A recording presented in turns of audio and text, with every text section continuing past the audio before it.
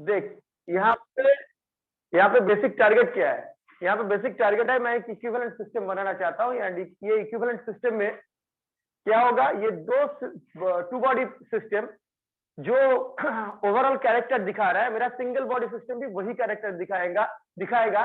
Then only we can say this one is equivalent to this one. यह है basic चीज। अब मैंने क्या किया, यहाँ पे M1 M2 दो मास था, दोनों के ऊपर फोर्स एक्ट कर रहा था, M1A एंड M2A। तो टोटल फोर्स आ रहा था दिस वन, टोटल टॉर्क आ रहा था दिस वन। ये R1 डिस्टेंस में है, ये R2 डिस्टेंस में है। ये तो हो रहा था, टोटल टॉर्क भी मैं निकाल लिया था। अब मैं यहाँ पे ये टू बॉडी सिस्टम का एक इक्विवेलेंट सिस्टम यहाँ पे इंट्रोड्यूस करने वाला हूँ, जो सिंगल बॉडी सिस्टम होगा। तो ये मास पकड़ लिया, ये दोनों का जो मास मिला के इसका मास था M1 प्लस M2, एंड उसके ऊपर तेरा ग्रेविटेशनल फोर्स कितना आएगा, सॉरी ये जो प्रोपोर्शनल टू मास जो फोर्स वो कितना आएगा, M1 प्लस M2 इंटू ए, क्योंकि यहाँ पे प्रोपोर्शनलिटी कांस्टेंट है ए। तो देख यहाँ तक कोई प्रॉब्लम नहीं है। मेरा सिस्टम जो ये system and given system and equivalent system का मास सम, कोई प्रॉब्लम नहीं। फोर्स भी सेम आ रहा है, इसमें भी कोई प्रॉब्लम नहीं है। अब आए टॉर्क का बारी, दोनों को सेम होना पड़ेगा। अब टॉर्क में प्रॉब्लम ये है, टॉर्क पोजीशन के साथ रिलेटेड है, तो सिर्फ मास बोलने से एंड फोर्स बोलने से काम नहीं होने वाला है। यहाँ पे पोजीशन को डिफाइन करना पड़ेगा, कहाँ पे वो अल्टीमेटली है इसे डिफाइन करना पड़ेगा, एंड कहाँ पे है अगर डिफाइन नहीं हुआ टॉर्क नहीं आएगा। तो अभी मैं पकड़ा ये पूरा इक्विवेलेंट जो मास वो कितना डिस्टेंस पे है, सम r cm डिस्टेंस में है। कितना डिस्टेंस में, सम r cm डिस्टेंस में है। तो ये है ये r cm डिस्टेंस पे। क्लियर। ये r cm डिस्टेंस में जो मास है उसके ऊपर ये फोर्स एक्ट कर रहा है। तो टॉर्क कितना होगा, टॉर्क होगा फोर्स इंटू डिस्टेंस। कोई प्रॉब्लम अभिराज, यहाँ तक कोई प्रॉब्लम? सर टॉर्क का फिजिकल मतलब क्या है? Turning effect of a force, जो घुमाता है, जो घुमाने के लिए जो चाहिए फोर्स चाहिए, एक्सेलरेट करने के लिए, एंगुलर एक्सेलरेशन के लिए चाहिए angular force, that is torque. ये जो क्रॉस प्रोडक्ट का जब क्लास होगा उसमें मैं डिटेल मैनर में समझा दूंगा। तो यहाँ पे टॉर्क कितना आ रहा है, दिस वन। पहले टॉर्क कितना आया था, दिस वन। देख मास दोनों का सेम है, ये सिस्टम का मास सेम है, दोनों के ऊपर फोर्स भी सेम आ रहा है। अब टॉर्क अगर सेम आ जाता है तब मैं बोलूंगा कि ये दो सिस्टम इक्विवेलेंट है ना, है ना। तो यहाँ पे देख ये टॉर्क, दो टॉर्क को मैं अगर सेम करता हूँ, मतलब this one and this one को अगर सेम करता हूँ, आ रहा है RCM इज दिस, मतलब ये पॉइंट को एक पर्टिकुलर पोजीशन में प्लेस करना पड़ेगा, देन ओनली ये सिस्टम एंड ये सिस्टम इक्विवेलेंट होगा। ऐसे इक्विवेलेंट नहीं होने वाला है। ये पॉइंट मास को एक पर्टिकुलर पोजीशन में, ये जो पी पॉइंट यहाँ से r डिस्टेंस में प्लेस करना पड़ेगा, RCM डिस्टेंस में प्लेस करना पड़ेगा, then only this and this will be equivalent system. तो ये जो कंसेप्ट RCM का कंसेप्ट क्या, देखे पोजीशन का कंसेप्ट। तो जब भी इक्विवेलेंट मास का कंसेप्ट आएगा ना, तब सिर्फ मास कितना वो इंपॉर्टेंट नहीं है, पोजीशन कितना वो इंपॉर्टेंट, मतलब कहां पे रखने से, टोटल मास को कंसेंट्रेट करके कहां पे रखने से ये पॉइंट मास ओवरऑल सिस्टम का रिप्रेजेंटेटिव बन सकता है। क्लियर? এটা দেখ এখানে শুধু টোটাল মাস নয়, টোটাল মাসটাকে কোথায় রাখতে হবে, দ্যাট ইজ ভেরি ইম্পর্টেন্ট। যদি আমি এই ডিসটেন্সেই রাখি তাহলেই কিন্তু আলটিমেটলি কোন distance, M1 R1 plus M2 R2 divide by M1 plus M2, এই ডিসটেন্সে রাখলেই তবেই কিন্তু এই টোটাল সিস্টেমের রিপ্রেজেন্টেটিভ হতে পারবে এই পয়েন্ট মাসটা। ক্লিয়ার? তার মানে টোটাল মাসকে কনসেন্ট্রেট করলে করে একটা পার্টিকুলার পয়েন্টে একটা পয়েंट থাকে, एक पॉइंट रहता है, ऑलवेज एक पॉइंट रहता है जहां पे मैं टोटल मास को अगर कंसंट्रेट करके रख देता हूं, ये ओवरऑल सिस्टम जैसे बिहेव करता है वहां पे फोर्स आने के बाद, वो पॉइंट मास भी सेम बिहेवियर पैटर्न दिखाएगा, मतलब पूरा सिस्टम को खुद रिप्रेजेंट करेगा। यस, ये जो जिस पॉइंट में सब टोटल मास को कंसंट्रेट करके रखने से वो पॉइंट मास ओवरऑल सिस्टम का रिप्रेजेंटेटिव बन सकता है, वही पॉइंट को बोला जाता है सेंटर ऑफ मास। तो centre of mass is not mass, it's a position. Centre of mass is not a mass, it's a position, जहां पे मैं टोटल मास कंसंट्रेट करके रखने से ये ओवरऑल सिस्टम का रिप्रेजेंटेटिव बन जाता है। मतलब ये पूरा सिस्टम के ऊपर जो फोर्स सिस्टम एक्ट कर रहा है उससे अल्टीमेटली जो टोटल फोर्स आ रहा है, टोटल टॉर्क आ रहा है, पूरा फोर्स को मैं अगर कंसंट्रेट कर देता हूं वो पॉइंट के ऊपर, वही फोर्स आएगा, वही टॉर्क आएगा। क्लियर? क्लियर? স্যার तो তুমি सबसे इंपॉर्टेंट পজিশনটা है ক্যালকুলেট কি করে করবে? এই যে m1 r1 plus m2 r2 divide by m1 plus m2, তার মানে দেখ এই m1 তো given, r1 given, m2 given, r2 given, আমি ওদের ইউজ করেই rcm ক্যালকুলেট করে নেব সমগ্র। ও আচ্ছা, হ্যাঁ। क्लियर? क्लियर? वेक्टर टाइप का है, नंबर 1। हाँ हाँ हाँ हाँ वेक्टर अभी टाइप का है। अच्छा अच्छा अच्छा, और एक चीज देखा अधिराज, यहाँ पे सिमेट्री है, m1 r1 plus m2 r2 plus m3 माने divide by m1 plus m2, तो मैं इसे एक्सटेंड कर सकता हूँ। अगर 3 बॉडी सिस्टम है तो मैं इसे एक्सटेंड कर सकता हूँ m1 r1 plus m2 r2 plus m3 r3 dot dot dot dot dot divide by m1 plus m2 plus m3 dot dot dot dot dot। Clear? Extend कर सकता हूं। तो एकदम जनरलाइज्ड फॉर्म क्या होगा इन वन डायमेंशन, यहाँ पे एक ही लाइन के ऊपर है सब, इन वन डायमेंशन में इसका फॉर्म क्या होगा, RCM equals to summation MI/RI divide by summation MI, I starts from 1 and goes to n, I starts from 1 and goes to n। Clear? Clear? उठा लो, उठा लो।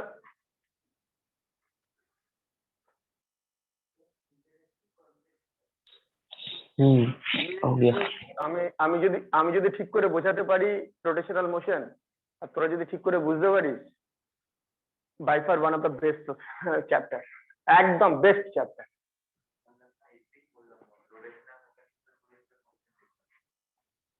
আমার মুখ চলে এসছে, চলে এসছে, আমার মুখ চলে এসছে, যেতে চলে আসে নাকি? तो एक सबसे पहले एक छोटा सा काम हो जाता है, ठीक है, तो जाने दे। पकड़ लिया ओरिजिन, यहाँ पे 3 मीटर डिस्टेंस, 3 मीटर डिस्टेंस में है मेरा 2 kg, 7 मीटर डिस्टेंस में है 3 kg एंड 10 मीटर डिस्टेंस में है 10 kg। इसका इक्विवेलेंट ये तेरा सेंटर ऑफ मास कहाँ पे होगा, सेंटर ऑफ मास कहाँ पे होगा, आरसीएम। फॉर्मूला क्या बोल रहा है, आरसीएम फॉर्मूला क्या है, 3 इंटू, हाँ, m1 into r1, 2 into 3 plus तो कत 3 kg कत 7, m2 into r2 clear, plus m3 into r3 divide by m1 plus m2 plus m3, that means 2 plus 3 plus 10। ऊपर कितना हो रहा है भाई, ऊपर हो रहा है, घटिया आंसर आएगा क्योंकि अभी दिमाग से बना है ना, तो घटिया ही आंसर आएगा। यहाँ पे आएगा तेरा 100, हाँ 126, 27 in fact, 27 डिवाइड बाय 15। तो ये घटिया है क्योंकि मैं बनाया हूँ, खुद से बनाया हूँ, अभी सोच के अच्छा भी आ सकता है। तो ये है सेंटर, मतलब ये कैलकुलेट करने से कितना आ रहा है, कैलकुलेट करने से कितना आ रहा है, कैलकुलेट करने से आ रहा है 8 पॉइंट समथिंग ना, 8.5, ऑलमोस्ट 8.5, ऑलमोस्ट 8.5। तो अल्टीमेटली ये आ रहा है 8.5। मतलब देख ये सेंटर ऑफ मास जहाँ पे है वहां पे एक्चुअली कोई मास प्रेजेंट नहीं है, माने सेंटर ऑफ मास तो number 1 is a position and वहां पे ऑलवेज मास रहेगा ऐसा भी नहीं है एक है कि मास आचे कोनो, तो सेंटर ऑफ मास হচ্ছে এমন একটা পজিশন जहां पे मैं टोटल मास को अगर कंसंट्रेट करता हूं, वो ओवरऑल सिस्टम एक प्रोपोर्शनल टू मास फील्ड में जैसे बिहेव करता है वो भी वैसा ही बिहेव करेगा। क्लियर? क्लियर? तो इसीलिए एंड इसका और एक ये है तेरा फायदा है, सेंटर ऑफ मास, देख सेंटर ऑफ मास में मैं अगर डायरेक्टली फोर्स देता हूं, देख सेंटर ऑफ मास में ही मैं अगर डायरेक्टली फोर्स दिया, हेलो अधिराज, मुझे पता है कि यह है तेरा सिस्टम एंड यह है इसका centre of mass. Centre of मास मतलब इक्विवेलेंट मास, मतलब ये पूरा सिस्टम को वो रिप्रेजेंट कर पाएगा या नहीं, पाएगा या नहीं। सेंटर ऑफ मास में मैं अगर टोटल मास को सेट कर देता हूँ, सेंटर ऑफ मास में अगर टोटल मास को सेट कर देता हूँ, तब वो अल्टीमेटली पूरा सिस्टम को रिप्रेजेंट करता है। मतलब पूरा सिस्टम को उसके ऊपर फोर्स देने से जो इफेक्ट आएगा, पूरा सिस्टम के ऊपर फोर्स देने से भी वही इफेक्ट आएगा या नहीं, आएगा ना। हाँ तो अभी पकड़ ले, ये है किसी का सेंटर ऑफ मास, मैं डायरेक्टली वहां पे ही फोर्स दे दिया। तो अगर सेंटर ऑफ मास में मैं डायरेक्टली फोर्स दे देता हूं, तो वो घुमा पाएगा सिस्टम को, वो घुमा पाएगा सिस्टम को, और कोई सपोर्ट नहीं है, कहीं पे पाइवोटेड नहीं है सिस्टम, कहीं पे पाइवोटेड नहीं है सिस्टम ना तो सर, वो नहीं। तो अल्टीमेटली देख, सेंटर ऑफ मास एक बैलेंसिंग पॉइंट भी है। मतलब मुझे पता नहीं है मैं कर पाऊंगा या नहीं, मैं अगर इसे ऐसे बैलेंस किया, इसका मतलब मैं यहाँ पे जो पाइवोट को फिक्स किया, मतलब मेरा हाथ में जो पाइवोट है वो एकदम सेंटर ऑफ मास के नीचे है। सेंटर ऑफ मास के नीचे होने से क्या हो रहा है, देख, ये स्टिक उसका mg नीचे एक्ट कर रहा है, ठीक है, एंड mg नीचे एक्ट करने से वो नीचे आने का कोशिश कर रहा है, मतलब मुझे दे रहा है एक्शन, तो मैं वापस उसे दे रहा हूं रिएक्शन।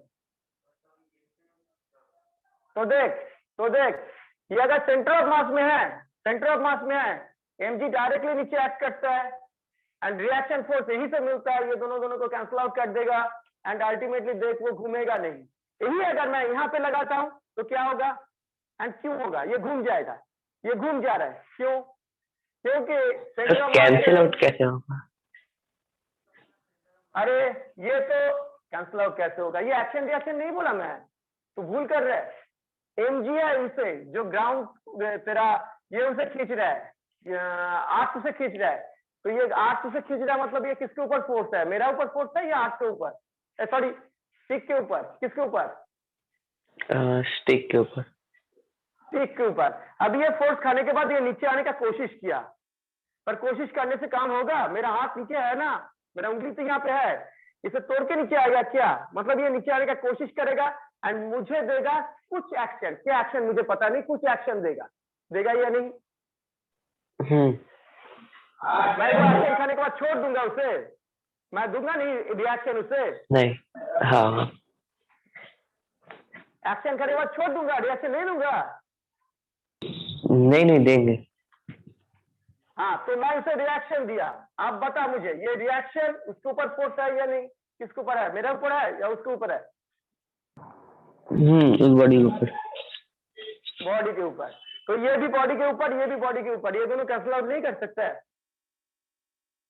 हाँ, ये दोनों। तो क्या होता है जब सेंटर ऑफ मास में नहीं रख के मैं यहाँ पे रखता हूँ, देख mg ऐसे एक्ट करता है एंड ये नीचे आने का कोशिश करेगा, तब मुझे देगा एक्शन, तो मैं दूंगा रिएक्शन। तो आप देख ये दोनों मिलके ही एक कपल फॉर्म कर रहा है, ये सिस्टम को घुमा देगा, यही हो रहा है यहाँ पे, यही हो रहा है यहाँ पे, छोड़ने से ये नीचे गिर जाएगा, पर एकदम नीचे सेट करने से ये फिनोमेना होगा, ये गिरेगा। मतलब सेंटर ऑफ मास का एक और एक मीनिंग हुआ, फिजिकल मीनिंग हुआ बैलेंसिंग पॉइंट, और एक फिजिकल मीनिंग हुआ बैलेंसिंग पॉइंट। कभी ये खेला है, बैडमिंटन खेला है, हाँ, अरे भाई कोई बैडमिंटन नहीं खेलता है क्या उस तरह, तो बैडमिंटन जब खेलता है तब कॉक तेरे तरफ ऐसे आता है, ऐसे आता है, जब तू शटल को मारेगा वो फिर से ऐसा हो जाता है, घूम के ऐसा हो जाता है, होता है या नहीं, या बदल ले ये क्या घूम रहा है, घूम रहा है, ठीक से देख, घूम रहा है, ठीक से देख, एक पॉइंट के अबाउट में ही घूम रहा है, मैं कुछ भी करूं ये एक पॉइंट के अबाउट में ही घूमेगा। पता है जब कोई सपोर्ट नहीं रहेगा वो कौन सा पॉइंट के अबाउट में घूमता है, सेंटर ऑफ मास, तो वो है रोटेशनल सेंटर। जब कहीं पे कोई यहाँ पे मैं फिक्स कर दिया, पाइवोट कर दिया, आप फोर्स दिया, इसका कोई चारा नहीं है, वो इसके रेस्पेक्ट में ही घूमेगा। पर अगर ये अनसपोर्टेड है तब भी फ्री है, अनसपोर्टेड है, घूमने के लिए बोला गया, तो कौन सा पॉइंट के अक्रॉस में घूमेगा पता है, सेंटर ऑफ मास। तो और एक सिग्निफिकेंस से आ गया, अनसपोर्टेड कंडीशन में यही है उसका centre of rotation. Clear clear clear तो सेंटर ऑफ सबसे इंपॉर्टेंट क्या क्या आया देख, एक एक करके मैं बताता हूँ, मैं टाइम लूंगा ये चैप्टर को खत्म करने के लिए, मेरे पास बहुत टाइम है, ठीक है। नंबर 1 क्या हुआ, centre of mass is not a mass, it's a position, जहां पे टोटल मास को मैं कंसंट्रेट करके रखने से ये ओवरऑल सिस्टम का रिप्रेजेंटेटिव बन जाएगा। नंबर 2 मीनिंग क्या आया, नंबर 2 मीनिंग आया ये सपोर्टिंग पॉइंट है, बैलेंसिंग पॉइंट है, इसके नीचे से मैं अगर सपोर्ट देता हूं 100% गारंटी ये गिरे रोटेट नहीं करेगा, क्लियर। नंबर 3 क्या हुआ, अनसपोर्टेड कंडीशन में यही है सेंटर ऑफ रोटेशन, मतलब कभी अगर अनसपोर्टेड कंडीशन में रहा, पकड़ ले ऐसा घुमा रहा हो ना, पकड़ ले कहीं पे एक रॉड है एक फ्रिक्शनलेस टेबल के ऊपर, एंड तू एक साइड में एक छोर में उसे धक्का मारा, तब भी वो घूमना स्टार्ट करेगा एंड आगे भी जा सकता है। कौन सा पॉइंट के अबाउट में घूमेगा, सेंटर ऑफ मास। फोर्स टू कहीं पे दे, फोर्स टू कहीं पे दे, अगर घूमता है सेंटर ऑफ मास के अबाउट में घूमेगा, मतलब मैं यहाँ पे पकड़ के घुमा रहा हूं तब भी वो सेंटर ऑफ मास के अबाउट में घूमता है, यहाँ पे पकड़ के घुमा रहा हूं तब भी वो सेंटर ऑफ मास। अनसपोर्टेड मतलब घूमने का एक ही जगह, घूमने का एक ही पॉइंट, सेंटर ऑफ मास। দেখতে পাচ্ছিস তো, যখন ঘুরতে দেখবি একটা পয়েন্ট দেখবি ফিক্স লাগবে, এটা তো কম্বাইন্ড মোশন এক্সিকিউট করছে, রোটেশনাল প্লাস क्यों? লিনিয়ার আমরা করব। हाँ क्यों? क्या क्यों, कंबाइंड मोशन क्यों कर रहा है, नहीं, उसी पॉइंट से क्यों? यही तो है इसका मेन सपोर्ट पॉइंट, सेंटर, ये सेंटर पे अबाउट नहीं तो घूमेगा। अभी तक तो मैं ये पॉइंट के रेस्पेक्ट में वो बैलेंस रहता है ना, तो इसके रेस्पेक्ट में ही वो घूमेगा। क्लियर क्लियर क्लियर क्लियर है ना। और सर वो ऊपर वाला समझ नहीं आया, राइट कॉर्नर। कौन सा वाला, कौन सा वाला, ये वाला। हाँ वो टॉप, हाँ वो रिएक्शन फोर्स कहाँ से आया, क्योंकि यहाँ पे रिएक्शन पकड़ फोर्स ले, तो एमजी में। वेट यहाँ पे सेंटर ऑफ मास है, ठीक है, पर मैं सपोर्ट दिया यहाँ से, ठीक है। अब छोड़ देने वाला हूं मैं, छोड़ देने वाला हूं, पर छोड़ने से पहले भी देख इसका एमजी है, कहां से एक्ट करेगा, वो सेंटर ऑफ मास से एक्ट करेगा या नहीं। हाँ करेगा। अभी ये एमजी के लिए वो नीचे आने की कोशिश करेगा या नहीं, ड्यू टू एमजी वो नीचे आने की कोशिश करेगा या नहीं, जब आएगा मेरा हाथ उसे रोक रहा है या नहीं। जब मैं हाथ उसे रोकेगा ये पेन इसे क्या देगा, एक्शन, एक्शन का खा के मैं भी छोड़ूंगा नहीं, मैं दूंगा रिएक्शन, दूंगा या नहीं, clear. Situation is something like this, सिर्फ टिक के लिए सोचेगा तो situation is something like this, ऐसे एमजी एंड ऐसे रिएक्शन, ये दो फोर्सेस के ऊपर एक्ट कर रहा है या नहीं। रिएक्शन फोर्स के नीचे भी तो एक फोर्स होगा। अरे कैसे नीचे होगा, ये नीचे आने का कोशिश कर रहा है तो मुझे दे रहा है एक्शन, एक्शन क्या ऊपर की तरफ दे रहा है, मुझे खींच रहा है ऊपर की तरफ मेरा उंगली को, या नीचे की तरफ दे रहा है। नहीं नीचे ही बोल रहा हूँ, आड़ के नीचे। इसका आड़ के नीचे, वो डायग्राम में। कहाँ डायग्राम, ये या ये, ऊपर ऊपर ऊपर ऊपर तो क्या है भाई, एक्शन दिया मुझे एंड मैं उसे दे रहा हूं रिएक्शन, तो रिएक्शन क्या दूंगा, नीचे की तरफ या ऊपर की तरफ, ऊपर की तरफ। तो वही तो दिया हूं, क्या प्रॉब्लम है। नहीं एक ही पॉइंट पर एक्ट करता है ना एक्शन रिएक्शन फोर्स। अरे एक्शन तो इसके ऊपर एक्ट कर रहा है, ये मेरा कंसर्न का जगह है क्या, ये उंगली मेरा कंसर्न का जगह है या स्टिक कंसर्न की जगह है, मैं क्यों दिखाऊंगा एक्शन रिएक्शन दोनों को। मैं वो सिर्फ इसका मोशन को लेके। हाँ समझा, मैं वो नीचे वाला और ऊपर वाला दोनों मिक्स कर रहा था। हाँ हाँ हाँ হতে পারে, কেন হতে পারে না, কেন হতে পারে না, চুড়ি আছে আংটি আছে, কাউ তো যে দেখেছিস জীবনে,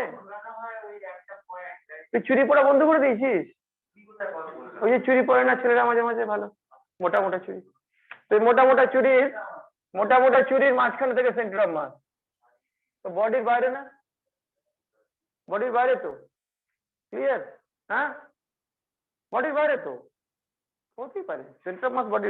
हाँ ठीक है, मैं फिर से कंसंट्रेट कर रहा हूँ, तो इसके ऊपर ये तो वन डायमेंशन में अल्टीमेटली सेंटर ऑफ मास निकालने का फॉर्म है दिस वन।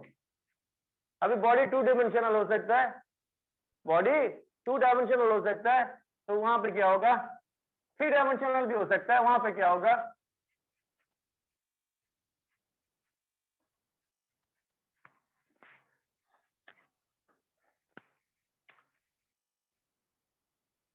अभी पकड़ ये x1/1 पॉइंट है, उसमें m1 मास है, ये x2/2 पॉइंट है, उसमें m2 मास है, एंड ये x3/3 पॉइंट है,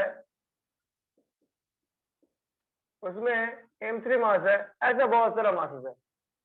तो अभी सेंटर ऑफ मास क्या है, एक मास है ना अधिराज, सेंटर ऑफ मास की একটা মাস তো, হ্যাঁ পয়েন্ট কান ফাটিয়ে দেবো, মাথা নড়ছে এরকম, অনেক মাথা নাড়ছে এরকম করে, ঠিক আছে। तो centre of mass is not a mass, it's a position. तो यहाँ पे देखिए 2D में पोजीशन ढूंढना पड़ेगा। 2D में पोजीशन में क्या रहता है, सिर्फ एक से ही काम चल जाएगा, चले तो हाँ, শুধু এক से एक দিয়ে কাজ চলে যাবে। হ্যাঁ ভেরি গুড, বল বল, এরকম ভুলভাল প্রচুর বকবো, বকে কিন্তু এই ভিডিও হচ্ছে কিন্তু পুরো মানে সার্কুলেটেড হবে কিন্তু, মাথায় রাখবি, ছাড় না মাথায় जवाब দিবি। तो ये 2 डायमेंशन में काम चल रहा है। यहाँ पे सेंटर ऑफ मास अगर निकालना है सिर्फ एक से काम नहीं चलेगा, उसका वाई कोऑर्डिनेट भी चाहिए। पहले क्या था, 1 डायमेंशन, सेंटर ऑफ मास निकालने के लिए एक लेंथ, मतलब जो सेंटर वहां से एक लेंथ निकालो, काम चल जाएगा, m1r1 divide by m2r2 divide by m1 plus m2। पर यहाँ पे सेंटर ऑफ मास कहीं पे ऐसा कहीं पे होगा जहां जिसका पोजीशन होगा सम xcm ycm। तो यहाँ पे xcm क्या होगा, xcm होता है same to same formula, m1x1 plus m2x2 plus m3x3 divide by m1 plus m2 plus m3। And ycm होता है तेरा m1 y1 plus m2 y2 plus m3 y3 divide by m1 plus m2 plus m3। अगर ये 3 dimensional हो गया तब यहाँ पे zcm भी आ जाएगा,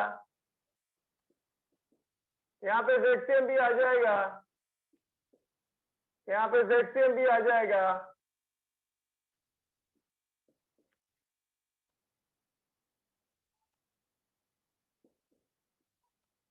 एंड वो होगा zcm equals to m1 z1 plus m2 z2 plus m3 z3 divide by m1 plus m2 plus m3। तो ultimately at the end of the day xcm आया ऐसा फॉर्म में, xcm equals to summation mi xi by summation mi। I start from 1 and goes to n. I start from 1 and goes to n. And ycm आया summation mi yi। I start from 1 and goes to n divided by summation mi yi। I start from 1 and goes to n। Clear? Oh, z तो भूल ही गया मैं, zcm आएगा summation mi zi। I start from 1 and goes to n divided by summation, ये क्या किया मैं, कुछ बोला नहीं तू लोग, summation mi yi कर दिया, ऊपर भी summation mi yi, नीचे भी summation mi yi, summation mi I start from 1 and goes to n। Clear? Clear? তো বেসিক্যালি দেখ উপরে কি থাকছে, উপরে এই ফরম্যাটটা থাকছে m1r1 plus m2r2 plus m3r3, তাই না, এই ফর্মুলাটা থাকছে, তাই তো। আর নিচে কি থাকছে m1 plus m2 plus m3, এই ফর্মুলাটা থাকছে, তাই না। এটা মনে রাখলে তো মনে রাখা যাবে, তাই তো। হ্যালো হ্যালো, এটা মনে রাখলেই তো জিনিসটা মনে রাখা যাবে, সম্ভব না, বুঝতে পারছিস। আচ্ছা, তো আর একটা জিনিস বলি, আর একটা ছোট্ট জিনিস বলি, সেটা হচ্ছে এই যে m1r1, এই যে m1r1 plus m2r2 plus m3r3, এর সঙ্গে যদি আমি এই প্রপোর্শনালিটি কনস্ট্যান্টটা মাল্টিপ্লাই করে দিই তাহলে টোটাল টর্ক চলে আসে না। मतलब इसके साथ अगर मैं ए मल्टीप्लाई कर दूंगा, यहाँ पे पकड़ ले जी, सेंटर ऑफ जब ग्रेविटी निकालूंगा जी मल्टीप्लाई कर दूंगा, तब क्या आ जाएगा, टोटल टॉर्क आ जाएगा ना, आएगा या नहीं? আসবে তো? এর সঙ্গে প্রপোর্শনালিটি কনস্ট্যান্টটা মাল্টিপ্লাই করে দিলেই তো টোটাল টর্ক চলে আসে, আসে না আসে না? हाँ सर।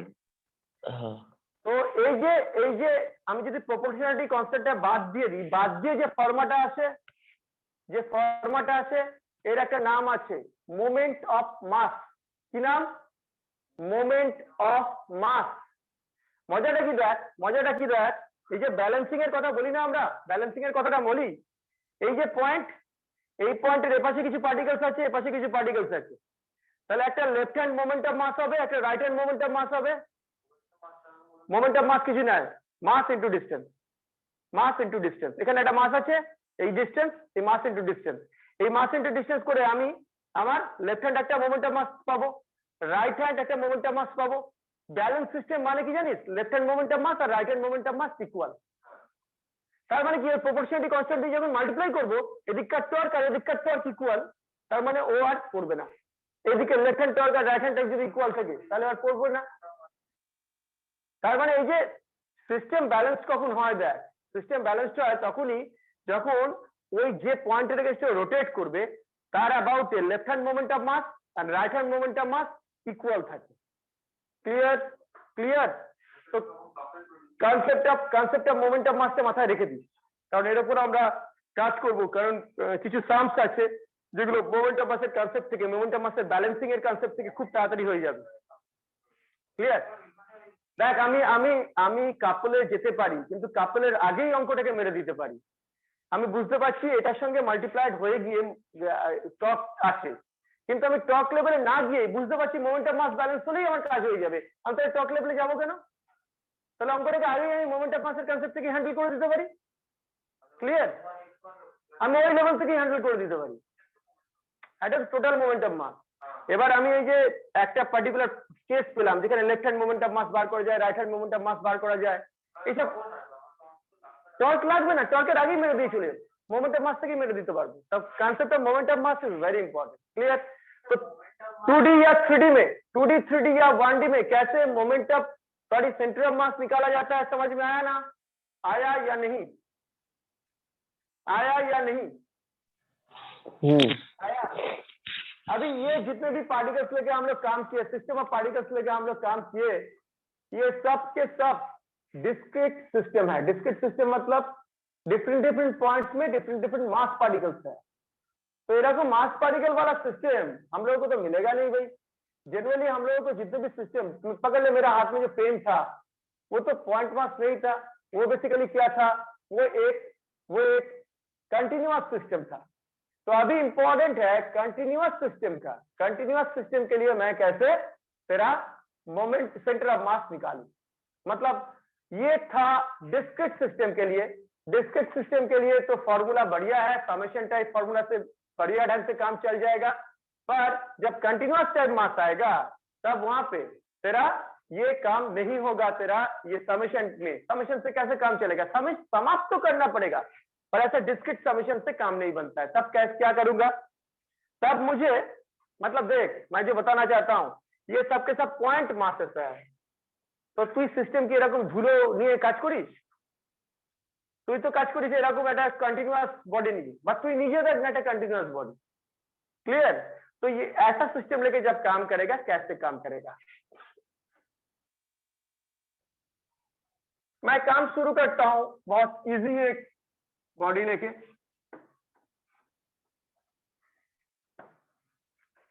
जो बॉडी है एक स्टिक, एक यूनिफॉर्म स्टिक है, इसका लेंथ है L,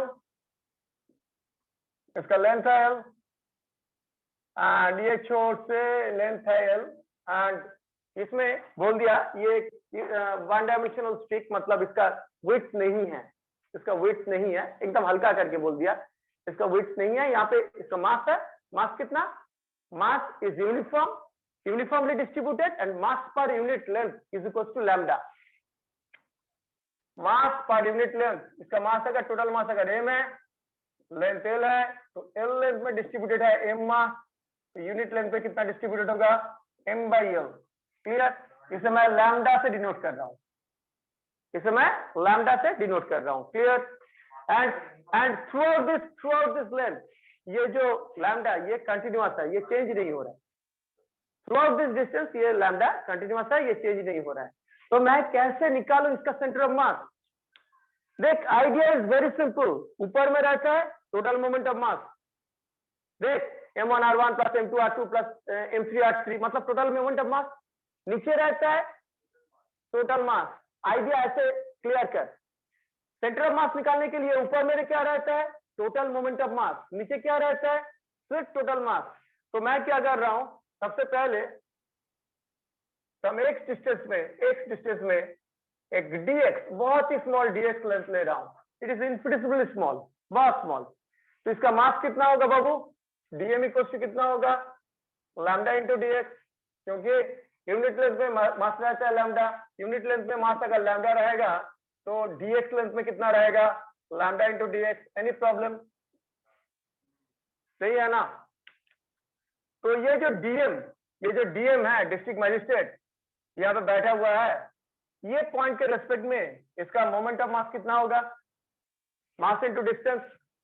तो इसका मोमेंट ऑफ मास होगा x इंटू dx। देख, मुझे अगर सेंटर ऑफ मास निकालना है, क्या करना पड़ेगा?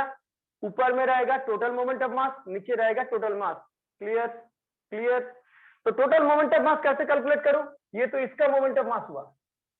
तो ऐसे छोटा बहुत सारा स्ट्रिप में मैं डिवाइड कर सकता हूँ। ये पूरा स्टिक को कर सकता हूँ या नहीं? 106 डिस्टेंस, dx का मास जोड़ी नहीं, xdx ना, xdm, sorry xdm, thank you, xdm, sorry thank you. तो xdm at moment of mass of the small element length. Clear? dx is length.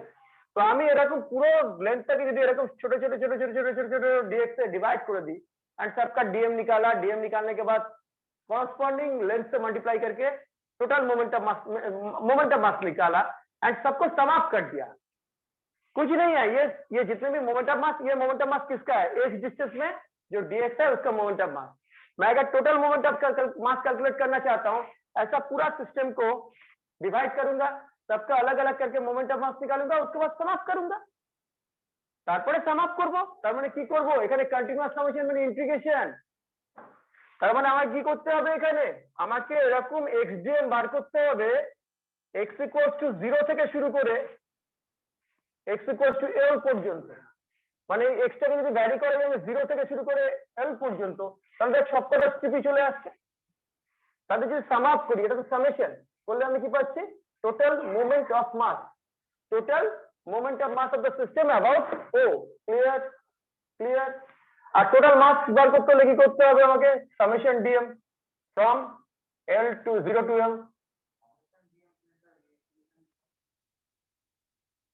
dm টা তো কি? dm টা তো lambda dx, dm টা তো lambda dx। দেখ, আমাকে যদি টোটাল এইটুকুর মাস কত? dm, এটুকুর মাস হচ্ছে dm। বা আমি এমনিও তো মাস জানি, এটা তবু আমি করাই, ওই ফরম্যাটেই করাই, কারণ ওই ফরম্যাটে একটু টাফ কোশ্চেন হলে তোরা হ্যান্ডেল করতে পারবি, নাহলে পারবি না। তো আমার এই ছোট স্ট্রিপের মাস কত? মাস হচ্ছে dm। তো dm মানে কি?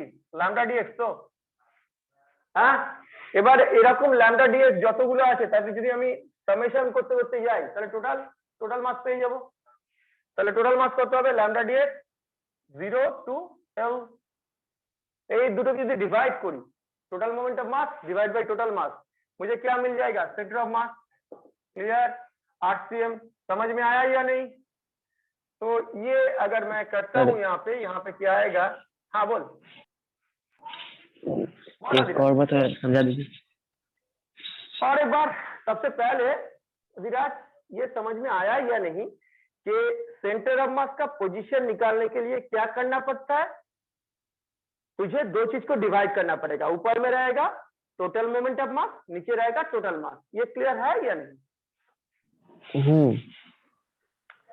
अच्छा, यहाँ पे मैं टोटल मोमेंट ऑफ मास निकालने के लिए क्या तरीका अपनाया? मैं एक डिस्टेंस में गया, एक dx पतला सा लेंथ लिया, बहुत इनफिनिटेसिमल स्मॉल, ये dx लेंथ का मास हुआ dm equals to lambda into dx। कोई प्रॉब्लम? नहीं। मास से करस्पॉन्डिंग डिस्टेंस को मल्टीप्लाई करने से, मास से करस्पॉन्डिंग डिस्टेंस को मल्टीप्लाई करने से मिल जाएगा मुझे moment of mass of that particular mass with respect to this हो। कोई प्रॉब्लम? नहीं। मतलब x इंटू डीएम।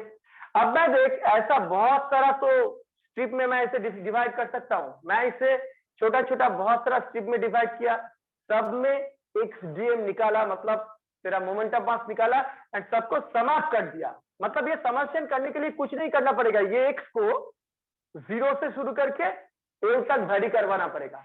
तब देख ये जो मैं काम शुरू किया एक पे होगा, उसके बाद थोड़ा थोड़ा करके बढ़ाते मैं कहां पे चला जाऊंगा, एल में चला जाऊंगा, तो सब जगह का ही मोमेंट ऑफ मास मैं ले लिया, उससे अगर मैं इंटीग्रेट करता हूँ, समेशन करता हूँ, तो टोटल मोमेंट ऑफ मास मिलेगा या नहीं? हाँ मिलेगा। सिमिलर ढंग से ये dx का मास कितना है dm, ये dm को मैं अगर समाप्त करता हूं, dm को अगर मैं समाप्त करता हूं फ्रॉम 0 टू L, तब मुझे टोटल मास मिलेगा या नहीं? अब ये dm है क्या? लैम्डा dx dm है क्या? dm है